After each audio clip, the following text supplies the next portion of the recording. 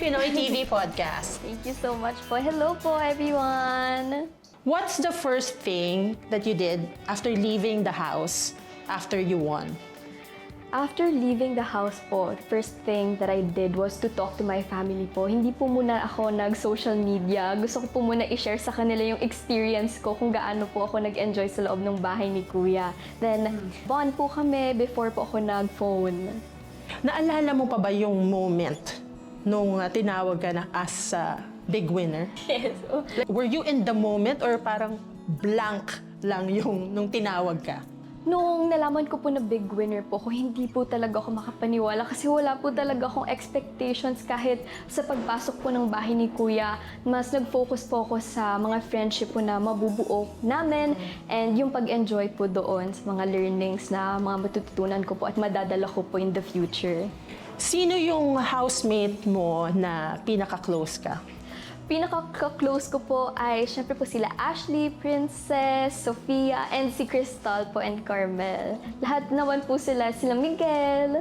Paano nagbago yung buhay mo after mong nanalo? May mga naging changes ba before and after kang naging big winner? Wala naman pong sobrang nagbago. Ako pa rin naman po to, mas naging confident po at syempre dumami po yung mga nagmamahal sa akin. Kaya nakakatuwa po. Ano yung isang habit na nakuha mo or natutunan mo sa loob ng bahay na dala-dala mo pa rin hanggang ngayon? Ang dala-dala ko pa rin po na habit ay yung 5-minute po na shower call. Yun po, tinatry ko po talaga siya i-maintain kahit after po ng journey sa bahay ni Kuya. At yung sense of urgency po talaga kasi ngayon po, malaking bagay po talaga yung sense of urgency, yung time po, sinusulit po talaga namin yun, lalo na sa bahay ni Kuya. When did you realize that you wanted to pursue acting?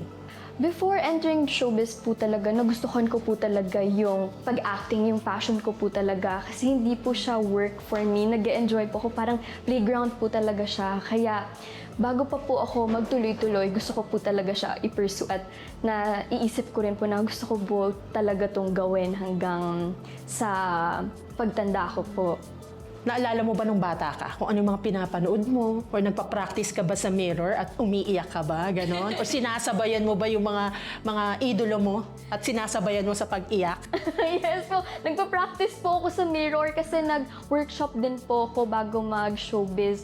So, yung mga natututunan ko po sa workshop, ginagaya ko po yan sa bahay. Nagnanalamin po ako, tapos umiiyak po ako.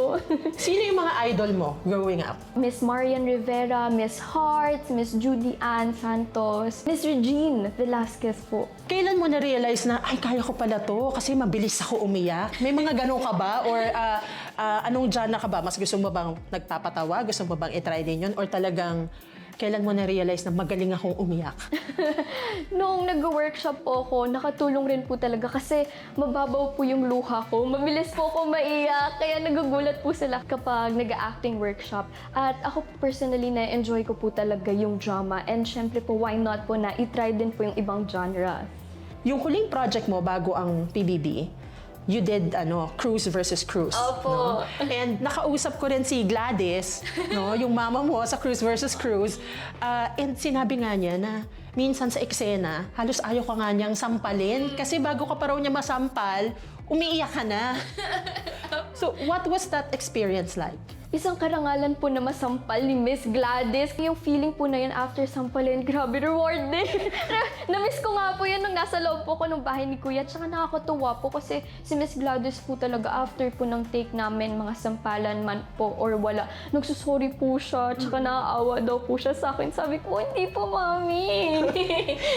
Ano yung natutunan mo sa kanila? Kasi you were with Miss Vina Morales also, di ba? Oo, sa kanila na talagang nung kabataan nila, sila talaga yung talagang matitinding mga actress yan eh. Yes. Ano yung mga natutunan mo sa kanila? Ang natutunan ko po kila Miss Vina Morales and Miss Gladys Reyes ay yung maging humble po at huwag pong kakalimutan kung saan po nagsimula. Yun po yung na-observe ko po talaga sa kanila. Mababait po nilang lahat. Pag-usapan naman natin yung family mo, no? Close pa kayo? Like, are you Are you a tight-knit family? Yes po, very close po kaming family at we always make time for each other po kahit busy po sa araw na yon, kahit po busy, nagdi-dinner po kami sabay-sabay. Hindi ka ba nila discourage na pumasok ng showbiz? Lahat po ng mga desisyon ko, sobrang supportive po talaga yung family ko since day one. Kung saan daw po ko happy, doon daw po sila. And your dad is a chef, tama? Oo. Pero ano ba siya, may mga times ba na kinailangan niyang mag-abroad para sa trabaho niya? Yes po, and sumasama rin po kami minsan kapag may work din po si Daddy abroad or para makapag-bonding din po. Nagagawa niyo pa bang mag-travel? Like, since you became famous, di ba? Or simula nang nakikita ka na sa telebisyon, nagagawa niyo pa rin lumabas? Tatry pa rin po talaga kami kahit mga mall po. May mga, pag ganun ba, may mga nakakasalubong kang global Pinoys. I'm sure may mga... May mga nakakasalubong kang Filipinos, working abroad. Kapag perform ka na rin sa ating global Pinoys. Hindi po, pero I would love to po na makita ko yung personally mga global Pinoys at maraming salamat po, saludo po kami sa inyong lahat. Nako, I'm sure marami yan. Ano ang paborito mong dish ng daddy mo? Yung bagnet po tuwing Christmas and yung tom yum po, yung Thai. Ibang-iba ha? Ano ba usually dish na niluluto ni daddy? Yun po, tom yum, pad thai. So, hindi na po kailangan magluto ni Daddy sa bahay. Doon na po kami sa resto nagvi-visit. And yung bagnet po talaga yung nilulook forward namin palagi. Do you also cook? Or kayo sa family? Hindi po ako masyado. Taga-kain lang po. Tikim-tikim lang po. Okay yun. Oo. If you had to cook one dish after your PBB journey, what would that be? Gusto ko po matry adobo. Adobo po na spicy, madaming sili po. Mahilig ka sa maanghang? Yes po, spicy food. May probinsya ba kayo? Or dito lang talaga kayo sa Manila? Taga Rizal po kami, Rodriguez Rizal. So hindi naman po masyadong malayo. For our global Pinoys, eto marami sa kanila ang gusto kang mas makilala pa. Meron kaming ala fast talk, no? So meron kaming mga quick questions for Caprice. Eto na. Coffee or tea? Coffee. Or milk? Ayun. Morning person or night owl? Night owl. Talaga? Opo. Like, what time do you sleep? Naku, ngayon po, medyo late na po kasi sinusulit ko po talaga yung time ko. So, pag kailangan lang din, nakakagising ka naman ng mas maaga. Opo. Pero gusto ko rin po talaga maging morning person kung pwede lang po. Heels or sneakers? Depende po sa day. Ngayon po, heels po muna. Kasi naka-heels po ako ngayon. Kaya mo ba yung mga stiletto heels? Di ba meron yung talagang stiletto, yung mga malilipis tapos mataas? Opo. Kaya naman po. Natatry ko naman po. Oo, di ba? Si Heart nga eh, di Yes ba? Ang mga po. shoes niya. Serious heart. Beach or mountain? Beach. Talaga? Ano ang mga favorite mong puntahan na beach? Before entering Kuya's house po, nakapag-La Union po ako kahit saglit. Boracay! Kaya gusto ko po makabalik ngayon sa Boracay kahit saglit po. Oo, no? Ano ka Na-miss ba? ko po. Adventurous ka ba? Opo, mahilig po ako mag-travel, mga walking po kapag out of the country. Cook or order food? Order food po. Tapos, kung wala po, cook na lang po si Daddy. Si Daddy. Ano usually ang ino-order mong food? Filipino food po and Thai. Yan yung kinocook ng daddy, no? Yes. Eto, favorite comfort food? Sinigang na hipon po ni Lola and adobong wings po ni Mommy. Both. So, nagluluto lola, mommy, no? And dad. Yes po. Oh, that's nice. Eto, early call time or late night shoot? Early call time po. Para maaga matapos. Hello. Ano ang pinakamaaga mong naging call time? Siguro po gumising po ako 3 to 4 a.m. po para sa isang taping. Wow. Oo nga, maaga nga. Pero hindi naman po mahirap. Glam day or rest day?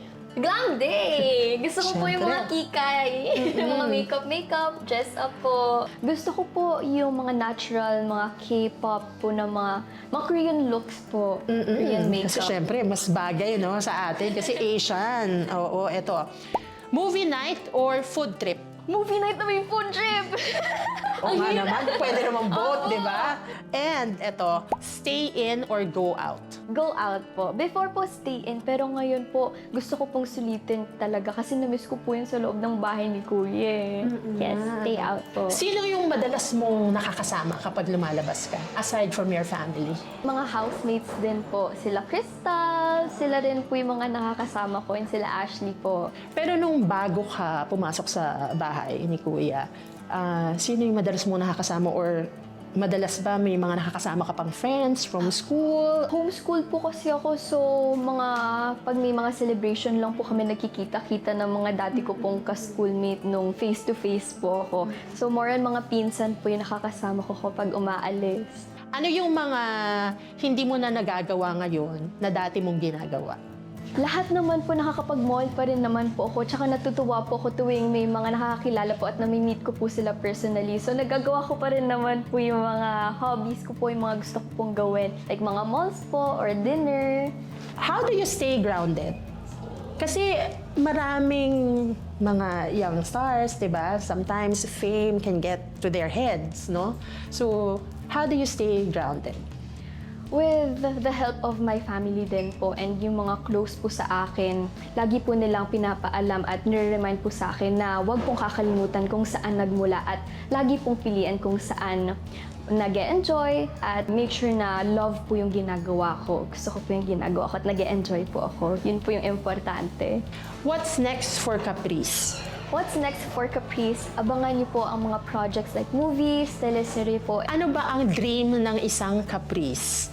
Ang dream po ng isang Caprice ay mapagpatuloy po yung passion niya kung ano po yung gusto niya, which is acting. At soon po, sana pastry chef or flight attendant po in the future. Talaga? Opo. Pero nung bata ka, yun talaga yung gusto mo? Hindi, or actress, ganon? Meron ka bang priority? Wala po talaga sa isip ko nung una yung acting po. Pero nung naka-enter po ko sa showbiz, doon ko po talaga siya nagustuhan at minahal yung acting.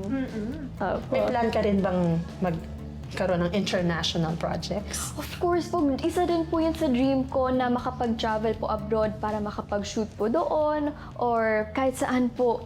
Gusto ko po yun. Isang malaking opportunity po yun. Message to global Pinoys na pinapanood ka sa GMA Pinoy TV. Sa lahat po ng global Pinoys na nanonood, maraming salamat po sa inyong suporta, sa lahat po ng love nyo and sa trust nyo po sa aming lahat. We love you all and I hope to meet you all soon po. Thank you, Caprice! Good luck sa mga susunod mo pang projects. Thank you po.